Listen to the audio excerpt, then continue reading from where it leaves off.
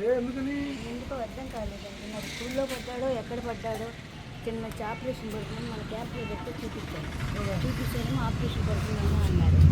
అది గుంటూరులో ఓంకార బ్రాహ్మణ సేవా సమితి నరసరావుపేట ఓంకార బ్రాహ్మణ సేవా సమితి ఆధ్వర్యంలో గత 12 సంవత్సరాలుగా పేద బ్రాహ్మణులకి సహాయ సహకారాలు అందిస్తున్న విషయం పట్టణంలోని బ్రాహ్మణులందరికీ తెలిసిందే.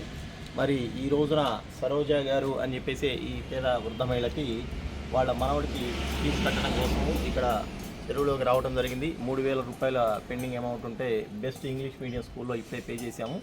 వీరు ఆర్థికంగా చాలా వెనకబడి చాలా చితికిపోయి ఉన్నారు.